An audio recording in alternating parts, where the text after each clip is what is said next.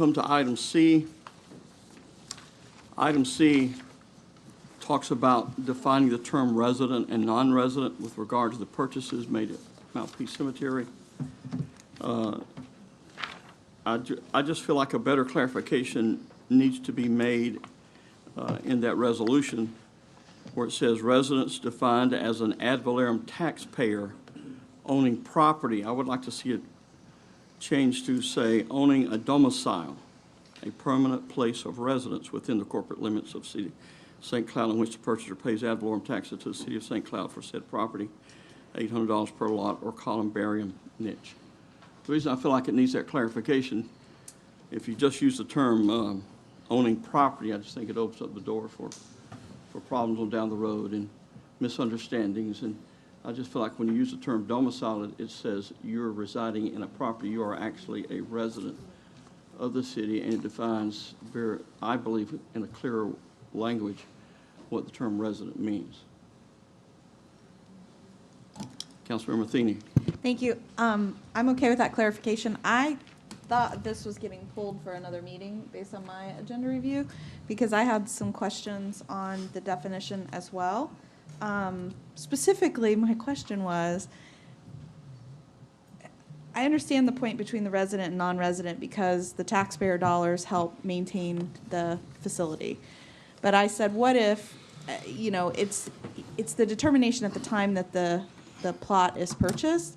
So I said, what if somebody has lived here their entire life and then they go and they're in a nursing home and they pass and the family goes to buy a cemetery plot, like they're not considered a resident because at the time of their death, so I was like, should there be some kind of timeline in there? Like if they were tax, had ad valorem tax in the City of St. Cloud for whatever number of years that makes that balance. I don't know. I was just thinking like, you could potentially have a lot of people that just at the end of their life no longer are owning property, but they're a citizen of St. Cloud. So I wanted to see if we could maybe work on that language.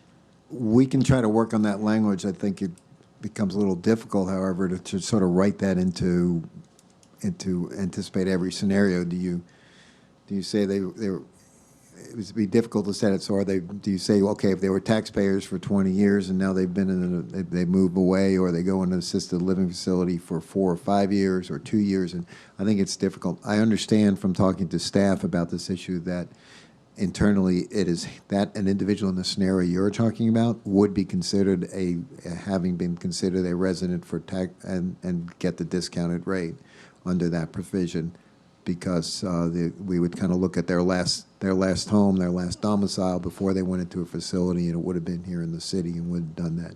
So that's kind of how we handle it. One of the things, remember, it's all done at the point of at the time of sale. Right. So that's where it comes in. And if people plan better, obviously, and everybody doesn't always plan well, so it makes it a lot easier. But the converse of that is the way we do it now. The way it's done now is if an individual buys a cemetery plot at the time that they are a resident of the city and then they move out of the city, they still have acquired a plot at the discounted rate, even though at the time that it's used they may not be a resident of the city. So we've tried to work with it. We could work on the language some more, but I think it's going to kind of be difficult to write it to encompass all those circumstances that you're talking about. And I guess, Mayor, to your question though, the way we've written, and this is language that's consistent throughout several of the other items that you have, like the marina, now for the St. Cloud Ranch, and other folks where taxpayers get a discounted rate to use the facility or use the asset of the city. In all those instances, it's been based on whether you were an ad valorem taxpayer, whether you lived in the city or not.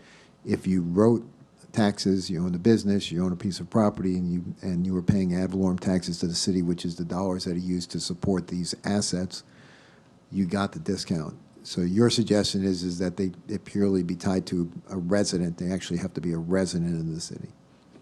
Well, I just think we get into the problem that if you, for example, like if you own a business and you're not really a resident, does that qualify you? The interpretation we've had in other areas like running for council, et cetera, just becomes a problem. I just think it needs to be clarified what we mean by a resident. Well, the proposal as a before you, domicile. the proposal before you, and that's why I was asked, proposal before you in the scenario you just said, if you owned a business and you paid taxes in the city but you lived somewhere else, you would get the discounted rate under this proposal. That's the way it's written right now, because you would be considered a taxpayer, an ad valorem taxpayer. So if you want to change that and go to make it purely resident at the time that they purchase it, using language like you've suggested would be appropriate. I have no problem with it being pulled and being discussed a little further. Okay. So we've been in agreement that we just pull this and let it go back to staff and let's discuss this a little further just to really make sure we really